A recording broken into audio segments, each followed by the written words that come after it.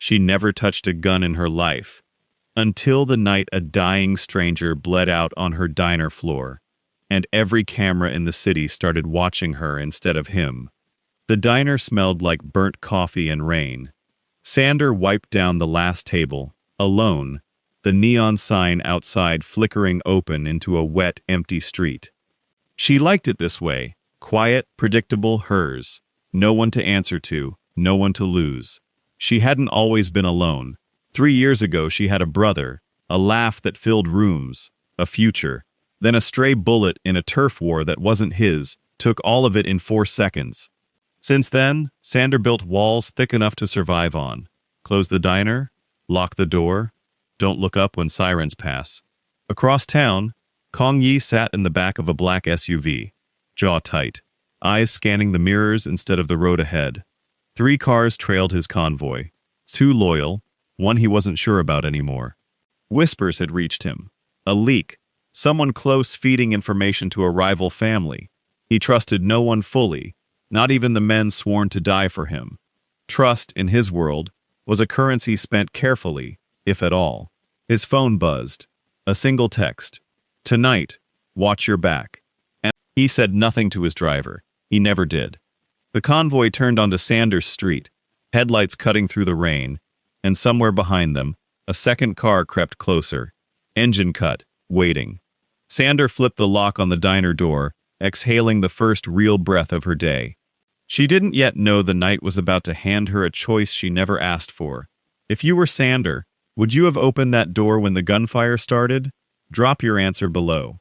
Gunfire cracked the silence. Sander dropped to the floor on instinct, glass raining from the front window. Tires screeched. A man's voice roared outside. Kong Yi's men returning fire as his SUV door hung open, smoke curling from a bullet hole in the frame. Then she saw him. A man stumbling from the wreckage, blood soaking through his shirt, collapsing 3 feet from her door. Every instinct told her to stay down. Instead, she crawled to the door and dragged it open. "Get in, now!" He was heavy, dead weight, his hand clutching his side. She pulled him behind the counter as more shots rang out, glass shattering above them. His eyes locked on hers. Dark, glassy, fading. "Why?" he rasped. "Are you helping me?" She didn't answer. She pressed a dish towel hard against the wound, her hands shaking, blood soaking warm between her fingers. He gripped her wrist, not to stop her, but to hold on to something real. Outside, the second car peeled away into the dark, unseen, unidentified. Sirens hadn't come yet. In this part of the city, they rarely did in time. "Stay awake," she whispered, more to herself than him. "Stay awake." His grip loosened. His eyes fluttered. For a moment, in the flickering neon light, 2 strangers who should never have crossed paths were bound by nothing but blood and a decision she couldn't take back.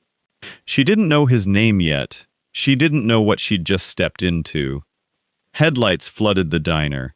4 men in black burst through the broken door, guns raised, until they saw Kong Yi bleeding on the floor.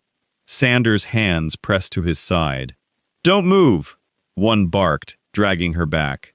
"She saved him," another said, kneeling fast. "Boss! Boss! Can you hear me?" Kong Yi's hand shot out, gripping Sanders' sleeve before she could be pulled further away. "She stays," he said through gritted teeth. "No hospital. No police. Sir, you need no hospital."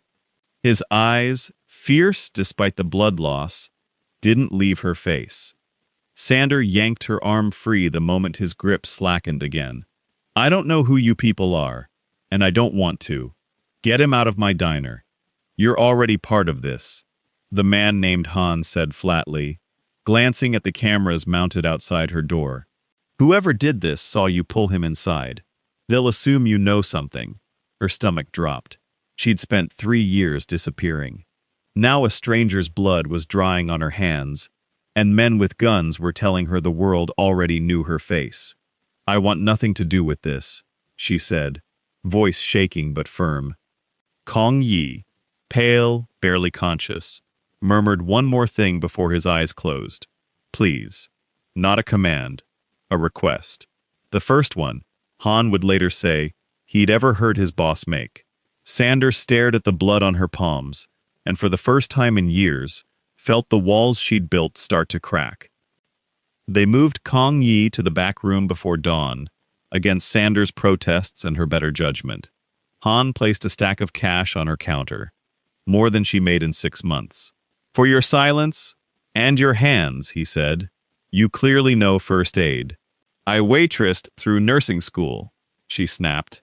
"Doesn't mean I want this. He won't survive a car ride to anywhere safer. You have until morning to decide if you're the kind of person who lets a man die to protect her routine." The words stung because they landed true. She stayed. 3 days.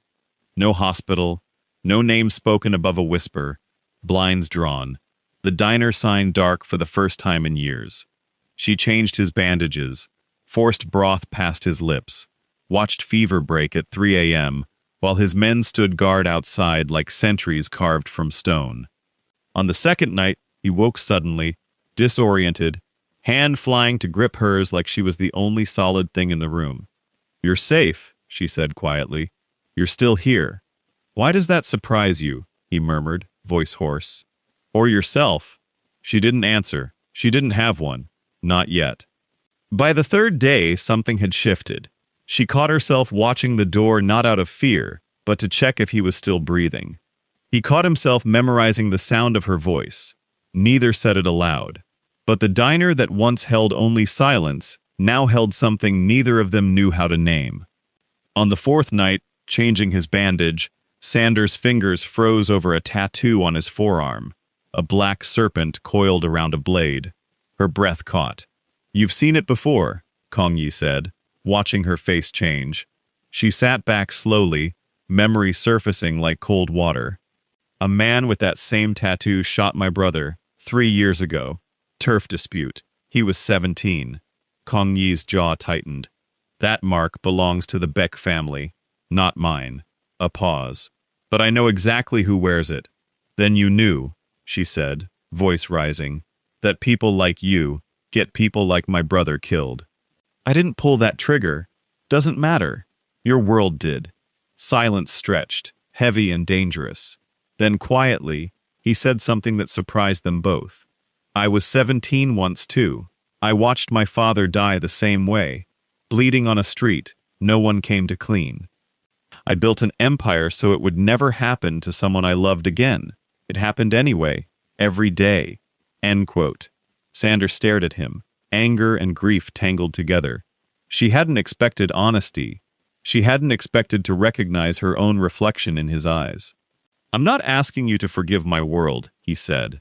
"I'm asking you to believe I didn't want this life either." She didn't answer, but she didn't pull her hand away when he reached for it. Outside, unseen, a car idled at the end of the street, watching the diner longer than it should have. By the 6th day, Kong Yi could sit up, color returning to his face. The diner, still closed to the world, had become something neither of them expected, a pocket of safety stitched together from stolen hours. He watched her flip pancakes at 2 a.m. because neither of them could sleep. She laughed. Actually laughed when he admitted he'd never cooked a meal in his life. Not once. Not ever. "A man who runs half the city," she teased, "and you can't crack an egg. I can end a man's career with one phone call," he said, deadpan, "but eggs have defeated me consistently."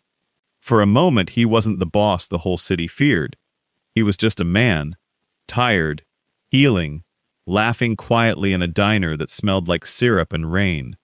Later, sitting across from her in comfortable silence, he studied her face like he was memorizing it. "You could have let me die on that street." "I thought about it," she admitted, for about half a second. "Why didn't you?" She considered the question longer than he expected. "Because someone let my brother die without trying.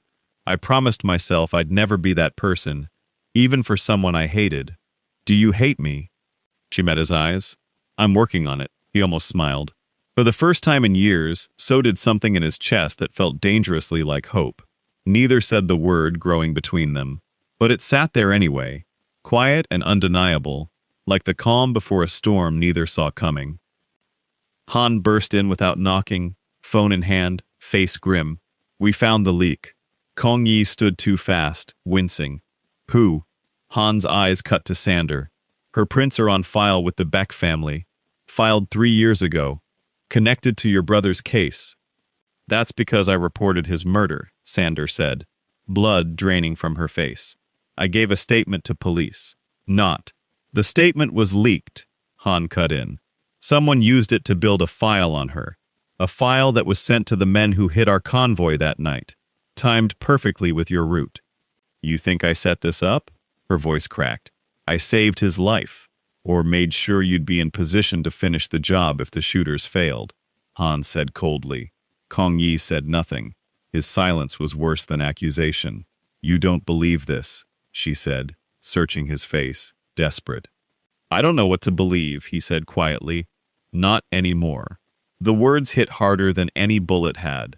Sander stepped back like she'd been struck. I gave you everything I had left to give, she whispered. And you still think I'm one of them. She grabbed her coat. Sander, don't. She didn't look back. You were right about one thing. Trust really is a currency. I just didn't realize how cheap mine was to you. The diner door slammed behind her, swallowed by rain and darkness, leaving Kong Yi standing in the wreckage of something he hadn't realized he needed until it was gone. Do you think Sander is really the leak, or is someone else setting her up? Comment your theory below. Kong Yi sat alone long after the others left, staring at the counter where her hands had once pressed against his wound, keeping him alive out of nothing but conscience. Han returned an hour later. Quieter now. I ran it deeper.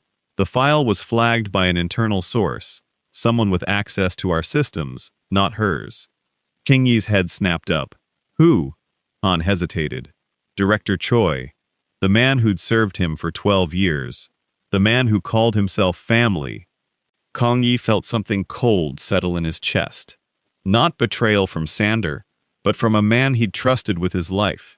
He'd let suspicion aim itself at the one person who owed him nothing and gave him everything anyway. He thought of her voice at 3 a.m., steady and certain. Stay awake. He thought of her laugh over burnt eggs. He thought of the way she hadn't run, even when running would have been easier, safer, smarter. And he had accused her anyway. Across the city, Sander sat in her darkened apartment, staring at nothing, her brother's photo in her hands. She'd survived losing him. She'd survived this too. She always did. But it didn't feel like survival. It felt like losing something she'd only just let herself want. Her phone buzzed. Unknown number. I was wrong. Please. 5 minutes. That's all I'm asking. She stared at the message for a long time, thumb hovering over delete. Then she grabbed her coat. Choi was waiting inside Kong Yi's office when Sander arrived, cornered, exposed, security already surrounding him. On the screen behind him, security footage from the night of the ambush, time-stamped, showing Choi on a call minutes before the convoy was hit. You sold the route, Kong Yi said quietly. You framed her because she was the only witness who could place your car near the diner that night. Choi said nothing. He didn't need to. Sander stood frozen in the doorway, watching 12 years of loyalty collapse into silence and guilt. Kong Yi crossed the room to her, ignoring everyone else.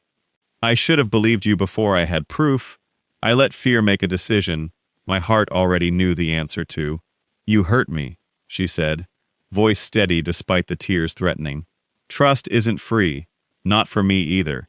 Then let me earn it, he said. Every day, if that's what it takes.